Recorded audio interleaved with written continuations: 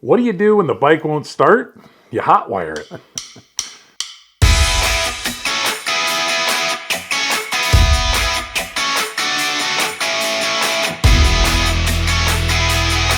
Hello and welcome to Best Motorcycle Roads. I'm Tom. And I'm Todd. We have over 30 years of motorcycling experience and 15 years of planning and riding motorcycle trips. We're here to share what we've learned with you. Our goal at Best Motorcycle Roads is simple. Make your next motorcycle trip the best it can be. We'll dive into technology, planning, packing, the routes, other tips, and everything in between. From essential prep to unforgettable routes, we've got you covered. Before we kickstart today's journey, we ask you to sign up for our BMR Rider Alerts. It's our way of keeping you in the loop with the latest rides, tips, and stories. We promise no spam, only essentials to enhance your motorcycle adventures. Join the BMR crew today. We'll put a link in the show notes. This segment is what we use to start off each episode and talk about motorcycle gear, reviews, and tips, and we call it the toolkit. This might be a literal segment name today, actually. We're talking about the toolkits, right? How do you build a toolkit for your bike? How do you even figure out and know the essential tools that help? You kind of have a must-have and a nice-to-have category, maybe. And that really kind of doesn't really matter how long the trip is. We really kind of need to know what those must-haves are. And I guess, Todd, on my list of must-haves, I'd say some sort of multi-tool, assortment of zip ties, and then either duck or electrical tape and a flashlight, I guess, for me. Yeah. The nice to have starts to get a little more bike specific, I think. You're talking about wrenches, screwdrivers, pliers, some sort of a tire repair kit. Yeah. And then, I don't know.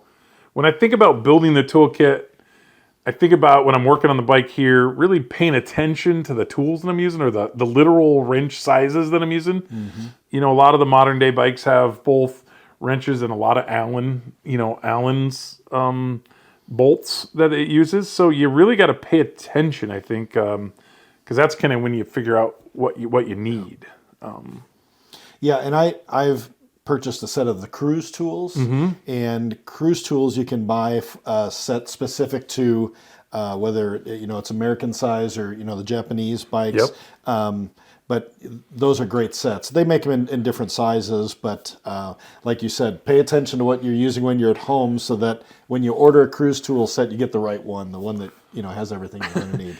It's always amazing to me when you see the old bikes, it's always come with that toolkit, right? And it ends up having 8 tools in it, and you're like, but I know the old Honda Goldwings, you could rebuild the entire bike with everything in that toolkit. And I think things have changed a little bit, but you just probably, I would think though, 8 tools will get you almost everything that I'm comfortable doing while we're on the road. So there's a lot of compact stuff out now, as innovation and technology does. There's some tools from Weha, Klein, Weha. They're great brands of quality tools. They're expensive. And then, I like to look at Reddit tools, subreddits, and they'll talk about different options. And these are made by the same company that makes these and that.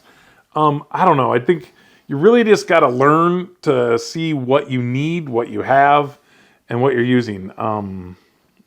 As far as safety considerations, though, I think, you got to say the normals, right? Everybody wants to work on their bike. That's good. Make sure you're in a safe location. Make sure it's stable before using it. A lot of people, you can pick up lifts at Harbor Freight. Once they're stable, it's really great to get those up in the air a little bit. But yeah, you just got to use those safety things. Am I forgetting anything there? One other thing I would just mention is if you're riding in a group of 4, 5, 6 people. Yeah. Make sure you're not duplicating tool sets all over the place. Yeah. Just ask each other, what are you bringing? Here's what I was thinking about bringing. And then you might be able to save some weight, leave a few things at home, and save some space on your bike. If you don't need 6 people with 10 millimeter wrenches, or 10 millimeter sockets. Well, I do because I always lose the 10 millimeter. Right? But try to talk with everybody in your group and find out who's bringing what. Yeah. Ride-wise is the section where we focus on planning and safety tips. So today we'll discuss pre-trip maintenance, kind of a list of things that we do, and we've got we've got some lists that we've made over the years, and just kind of keep working on those. But really, we want to start with tire inspection because unfortunately, that's gotten us several times on our trip where you don't think about it. You look at your tire and think, well, it still has tread left, but you're not thinking, well, wait a minute, I'm going on a 2,700 mile trip. And, sometimes motorcycles, especially back tires, will only go about 8,000. So, take a real good look at those. Check for proper inflation. Check that tread wear or any signs of damage, if there's any, cracks or splits or anything in the sidewalls. And remember, your tires are really the only thing that's contacting the road. So they really do need to be in excellent condition. Yeah. Check the fluids. Go through and check your engine oil, your coolant, check your hydraulic fluids, check your brake fluids. All the reservoirs should have lines that you can, view, or they've got a dipstick that you can check on that. Make sure your fluids are clean. Make sure they're not too dirty. Just being real consistent about your fluid levels. It's real vital to for your bike's performance and longevity. Your battery. We've had batteries, go bad on trips as well. If it's 5 years old, just change it. The battery's like $200. Like sometimes, and the same thing with tires. I mean, you want to take a trip, you want to have this fun. Like you'll spend $100 to have a great steak at some place, right. But we don't want to spend $200 for tires. And same with the battery. I mean, I don't know. Like and the thing about it is when you're on trips with batteries is like, oh yeah, it starts when I start it, but like what always happens is you stop, turn the bike off, leave the GPS running. You're trying to figure out, it's 3 years ago. You're trying to sync the Senna 20S for an hour. This is on, that's on, the GPS is on. You're running more things, and then pretty soon it won't start. Yeah. Like we've seen it happen before, and it's okay. It's just a bummer. And older bikes, it wasn't that big of a deal. I remember push starting Mike once on his, but like now it's 20 minutes just to find the battery. You got to take a side cover off. That. So, batteries, like, just why mess with them? Yeah, and that's another thing we didn't mention in things to take with you. So, set of jumper cables. Yep. Motorcycle jumper cables are pretty thin. They're pretty small. They roll up and pack pretty tight. But make sure there's at least one set on your trip. Right. Make sure someone has those. Mm-hmm. Really walk around and check all of the lights, your headlights, your taillights, your brake lights, your indicators. Actually twice while I've been traveling, I've had a headlight go out. Luckily, the first time I was still in the daylight, and we looked for a dealership. It was a Saturday morning. Got to the dealership just before they closed, so I got a headlight then. But just carry an extra headlight with you. They're small, they're lightweight, they don't take up any room. Just pack one of those. Mm-hmm. Check your steering and your suspension. We do have kind of a story about that. Funny thing that happened, but when we start packing the bikes, we forget how much load we're actually putting on the bikes. And if you're riding 2-up, and 2-up's worth of gear, and 2-up's worth of gear is the other thing. Check the weight rating on your motorcycles and really try not to go past that. It has like a maximum load, and that's for you, your passenger, your fuel, and all of your luggage. So really check that.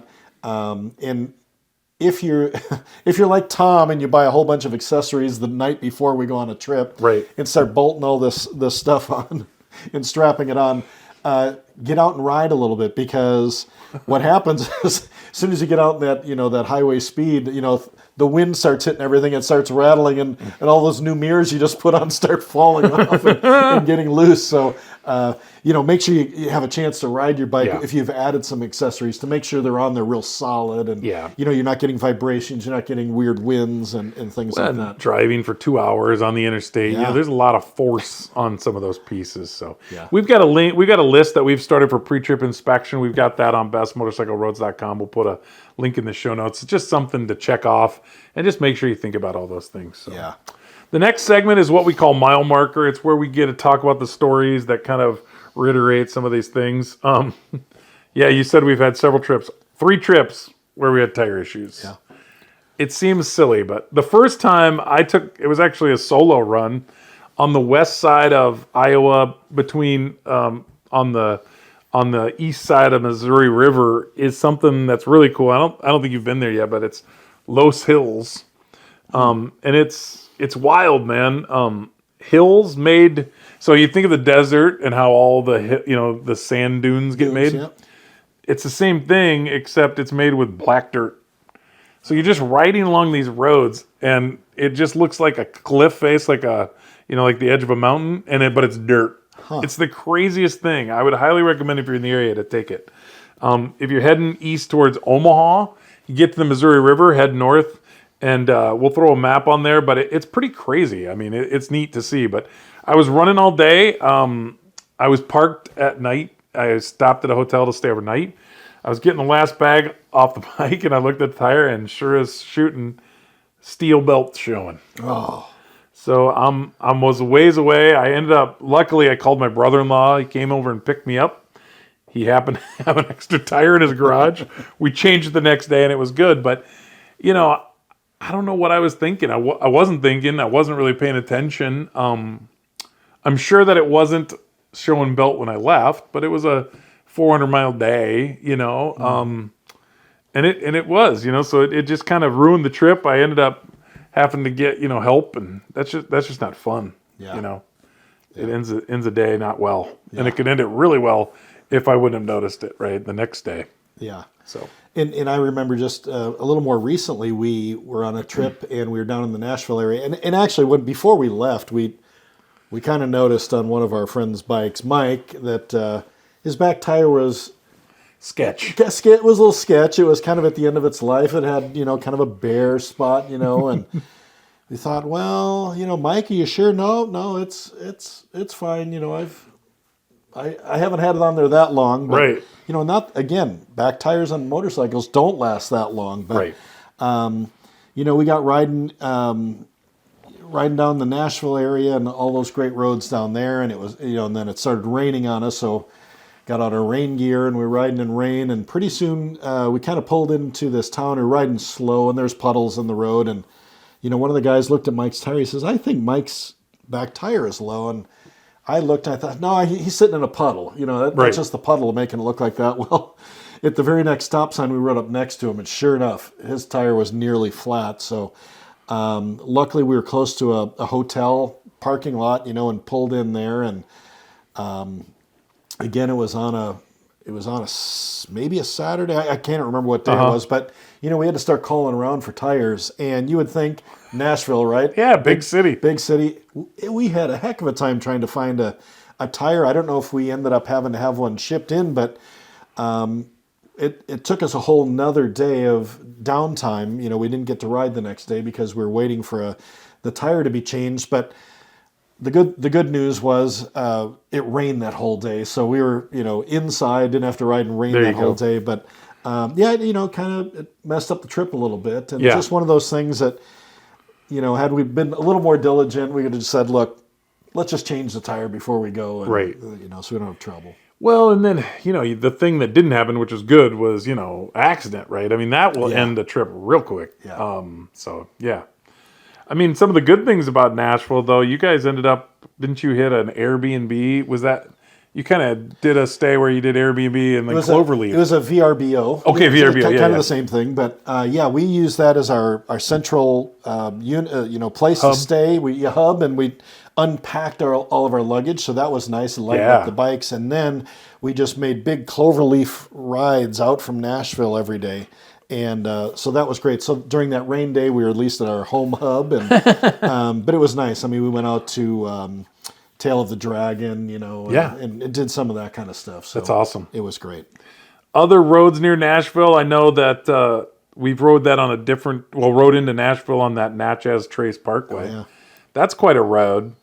I don't know, unique, interesting thing about that is there's 4 national park roadways in the U.S., and that's one of them. That one starts down in Mississippi. I think it ends in Nashville. Mm-hmm.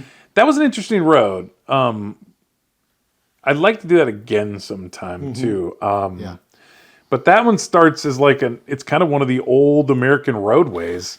I think it was traveled a lot, over the years, and it just kind of became one of those things. But, I think that alone could be it's a 444 mile road, which isn't super long, but I think there's just a lot of stuff to do, especially if you're the type of people that like activities along the way. I think there's quite a bit of things to stop and do on that parkway. I don't know if you remember anything specifically along that way. I just remember it being it was a tranquil road, I would say, when we rode it. They don't allow commercial traffic, so it's only vehicles and bicycles. Yep. So it's pretty quiet and calm. But I don't know. It's quite a visual. It's good. It's got good visuals. Yeah. I would definitely ride that again. Yeah, I would too. Yeah. Yep. The last trip we took actually was another freaking time we had a stupid tire problem. And then this one was where I ended up borrowing a motorcycle from a friend. Borrowed Turk's bike. Nice bike, KTM. We looked at the tire, and it looked like sometimes tires get this way. When you're right on the highway all the time, they start to square a little bit, right? But there was plenty of tread on both sides of the square and the square. So, we checked the pressures. The pressures were good. It had actually TPS sensors on the bike. So I was watching them the whole time. Boy, oh boy, if we're not coming home on the last day and and again, freaking steel belt showing on the tire. So, it's one of those things where I would have bet a paycheck that tire would not have done that. And the funny thing is you would think that it was if we were riding in hot weather, well, heck, we rode the rain part of that. So, I don't know. I know when he went to get that tire changed, the guy's like, somebody's been doing burnouts on your motorcycle. I'm like, and he's like, not this guy. He wouldn't do it. But, it's just one of those things where you just got to be careful, right? I mean, when you think it's going to be fine, just fix it. Again, you're putting 1,500, 1,600 miles on a trip, and that's a lot of miles. It's a lot of miles. When you start talking about that kind of stuff. And the other thing I remember, too, is I think at that same stop when you found that the tire, that we had belts showing, we noticed that the kickstand was vibrating off, like the bolts had come apart, and it was like dangling. You couldn't set the bike up on the side stand at that point. So we didn't have the size wrench we needed, so we used a bunch of zip ties, I think. Yeah, zip tied it up. And zip tied it up, yeah. Yeah, then it had no... Yeah, so didn't have any way for it to... Then you had to lean it against things after that. But just really keep watching your bike as you go. Every time you stop, just take another quick look around. Yeah, that's a great point. I mean, and then one other thing that I remember that wasn't a tire problem is we stopped for lunch one day. It was a V-Strom. I was riding a V-Strom and fun bike. We got back on to get up, and I couldn't start it. The starter wouldn't engage. And what ended up happening that time was the clutch switch actually went out, which is a little tiny, little probably $10 switch. And what we ended up having to do is basically, it's technically not hot wiring. We just wired through that switch, so it just would start no matter if you're in gear or not, which you just had to be careful of. But yeah, just another one of those times when we just had to have a few tools. We kind of, had some tape, had some wire. We ended up bypassing the switch, and everything was fine as long as we were safe with it. But man, sometimes you just never know what's going to happen, and it's a little bit of kind of knowing your bike a little bit. Otherwise, what are you going to do? I mean, you're just stranded. It's not going to start without that switch working properly. So yeah. You just made me think of one more thing I need to add in here. I remember you had added some, I think, a mud flap or something to your front fender on your motorcycle. A fender extender. And we got to riding on the very first day. We were, kind of on a 4-lane was what I remember, just to get the trip started, and then we were going to get off onto some 2 lanes. But you were behind us, and we had the helmet communicators, good thing, and we're coming up to an off-ramp. And, the guy in the front said, here's our off-ramp. So we all, head off the off-ramp. And all of a sudden we hear Tom going, I can't turn. I'm going straight. I can't turn my steering wheel or my handlebars. And we're like, what? Are you kidding? And pretty soon we looked back and Tom wasn't with us. So we all, as quick as we could, found a turnaround on the highway and went back. And sure enough, got up. And instead of being able to take the exit ramp, or go, it was almost like a Y, you had to go straight, and then you just came to a stop, and sure enough, your handlebars were locked dead center, and it took us a little while to figure it out, but that fender extender that was down on your front tire had kind of folded back itself. somehow and got pinched against the radiator or the scoop by the radiator and locked them together. Yeah. And that was because probably you hadn't ridden it. You just put that stuff on and then went. I don't recall exactly the details, but I just remember like I had to cut it out of there. Like I cut it off. Yeah. And I dealt with it later. But yeah, it's just one of those things where that was bad. And then, not having any tool. If we had any tools, I don't know like how you'd have got that out of there. But yeah, well, it's a good thing that you stopped when you did, because you were like right in the intersection where it splits. You went straight ahead and stopped. No choice. Great. Yeah. Yeah, funny. Yeah. So this podcast can be found on bestmotorcycleroads.com/podcast. All the information you need will be there, but you can subscribe on Spotify, Amazon Music, Apple, Pocket Casts, and YouTube.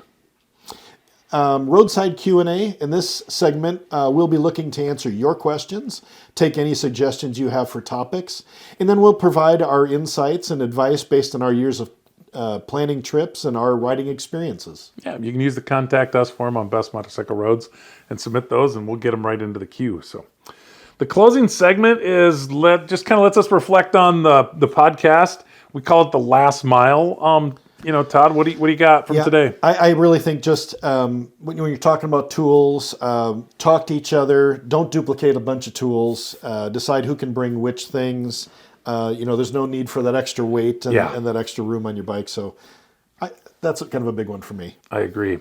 Me having 2 issues with tires, I just say, hey, just don't let that happen again. Like, be prepared, check your checklist, get tires ordered in advance, get it handled prior to leaving. And honestly, these TPMS sensors, the tire pressure monitor sensors, they're your friend now.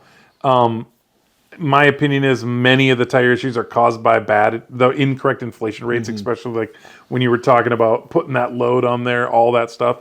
You got to check your tires after you have all that stuff on there, not before. Yeah. That's when you need to have that maximum pressure. That's what they're designed for. They can go up to that maximum pressure. So good point. All right. Yeah. Next episode, we're going to do the first try of a route highlight, the tail of the dragon. If you like this episode, if it revved up your day, don't keep it to yourself. Like, subscribe, and share it with your crew. We're all about the thrill of the ride and the bonds it creates. Keep the spirit of adventure alive, and remember, bikes, friends, and endless roads, the stories ride forever. Take care.